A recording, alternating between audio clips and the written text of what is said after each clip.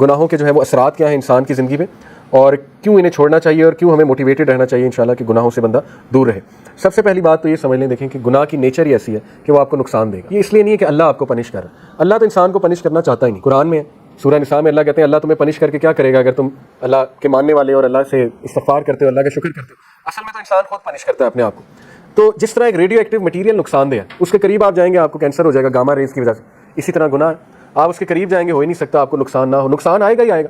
تو وہ ہم خود اپنا نقصان کر رہے ہیں. ٹھیک ہے، تو اس کے اثرات کیا ہیں؟ سم of the consequences of sun. ابن القیم کی کتاب سے اخذ شدہ ہے یہ کانسیکوینسز، 9-10 کانسیکوینسز بتائیں. یہ اس لیے ہے کیونکہ نفسیاتی طور پہ ہمیں جب ایک چیز کے اثرات پتہ لگ جائے کانسیکوینسز تو موٹیویشن آ جاتی ہے اس سے بچنے کی.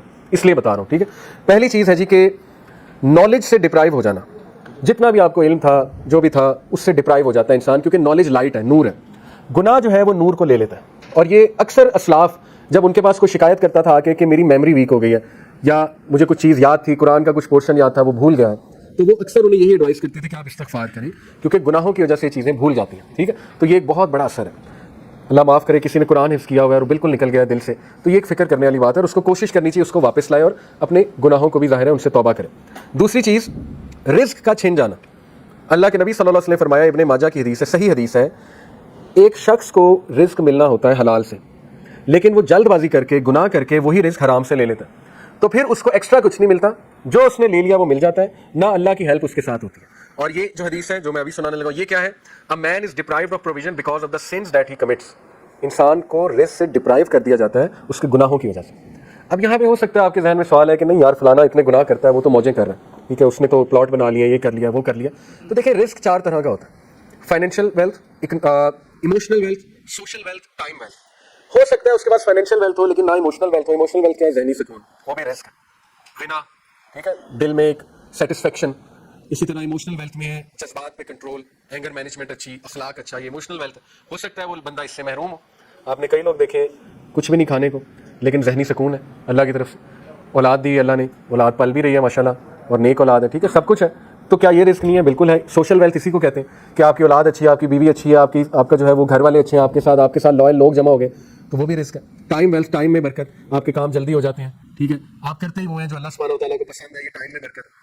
تو جب ہم گناہوں میں پڑتے ہیں تو یہ ہمارا رزق ڈپرائیو ہوتا ہے، ٹائم سے برکت اٹھ جاتی ہے، ٹینشنیں بڑھ جاتی ہیں، ٹھیک ہے، ٹائم مینجمنٹ ویک ہو جاتی ہے. نمبر 2 آپ دیکھیں نا گناہوں میں وقت کتنا ضائع ہوتا ہے. اللہ معاف کرے اگر ایک گناہ عادت بن چکی ہے 4 گھنٹے 3 گھنٹے لوگ اس میں پڑے رہتے ہیں، ٹھیک ہے، اور ضائع ہو رہا ہے وقت. سوچیں کتنا وقت ہم جوانی کا ضائع کر دیتے ہیں، ٹھیک ہے، ان چیزوں میں. اللہ معاف کرے.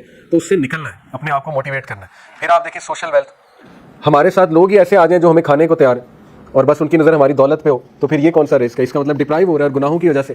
پھر آپ دیکھیں ایموشنل ویلتھ، ذہنی سکون ہے ہی نہیں، ہر وقت ٹینشن ہے، ہر وقت سٹریس ہے، ہر وقت پریشانی ہے، ہر وقت منہ پہ شکایت ہے. تو اس کا مطلب گناہوں کے اثرات آ تو رہے ہیں.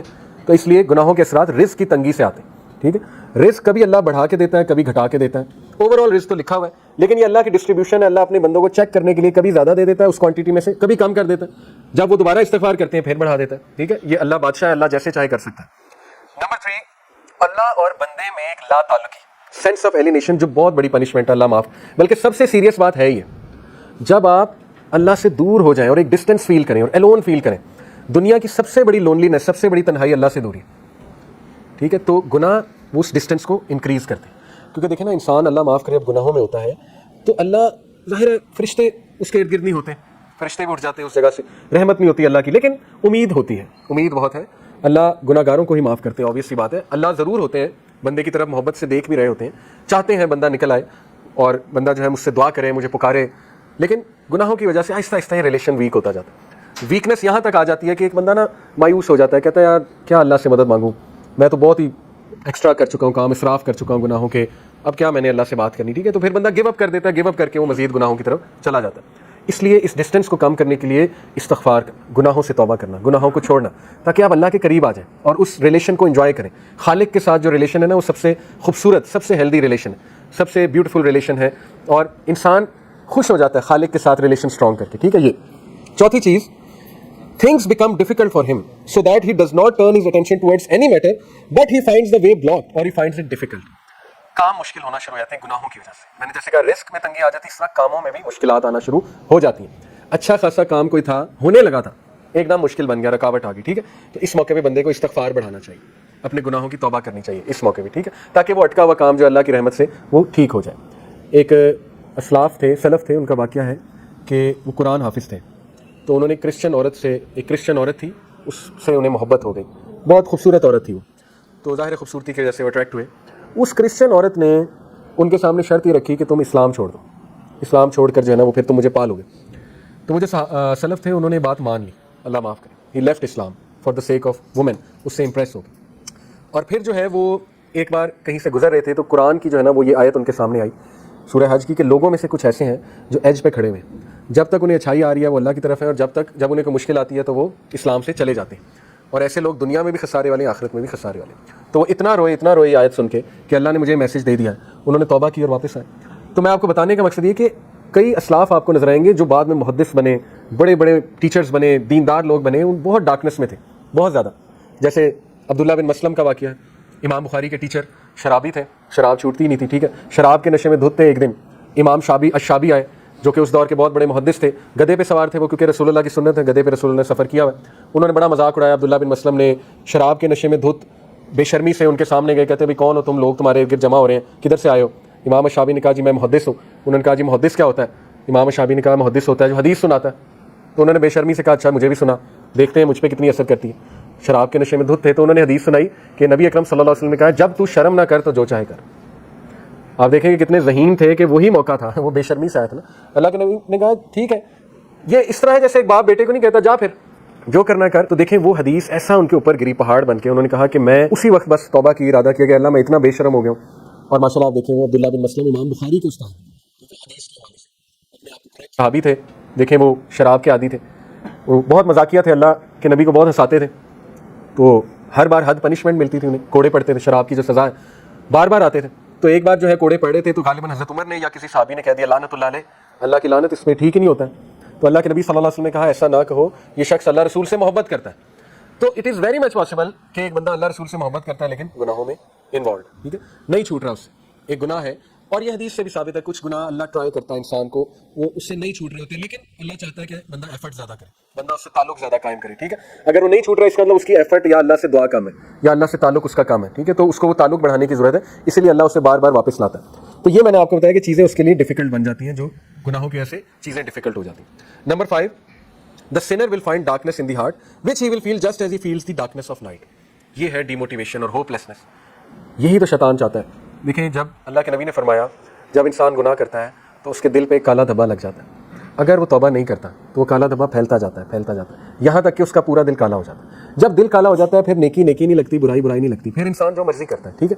اس لیے وہ حدیث یاد رکھیں، پریکٹیکل سولوشن، اللہ کے نبی صلی اللہ علیہ وسلم نے فرمایا follow an evil deed by a good deed, برے عمل کو فوراً سے اچھے عمل سے ریپلیس کر دو، اس سے پہلے وہ دھبا بڑھ جائے۔ تو نو میٹر انسان کسی بھی گناہ میں فوراً وضو کرے، 2 رکعت پڑھے، کم از کم اپنے آپ کو پش کرے، استغفار کر لے، اللہ سے بات کر لے، ٹھیک ہے، لیکن گیو اپ نہ کرے۔ گیو اپ کر دیا تو وہ بڑھتا جائے گا، پھر انسان گیا، پھر اس کو نہیں سمجھ آئی۔ تو اس ڈارکنس کو روکنے کے لیے لائٹ کی ضرورت ہے، اور وہ لائٹ ہے گناہوں کو چھوڑنا، نہیں تو یہ لائٹ بڑھتی، یہ ڈارکنس بڑھتی جائے گی۔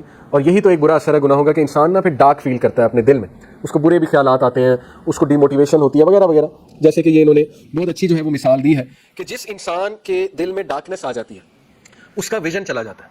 اللہ نے ایسے تو نہیں کہا نا سمن بکمن عمیون کہ یہ اندھے ہیں، بہرے ہیں، گونگے ہیں، ویژن چلا گیا، سماعت کی پاور چلی گئی، ٹھیک ہے، دیکھنے کی پاور چلی گئی۔ کیوں؟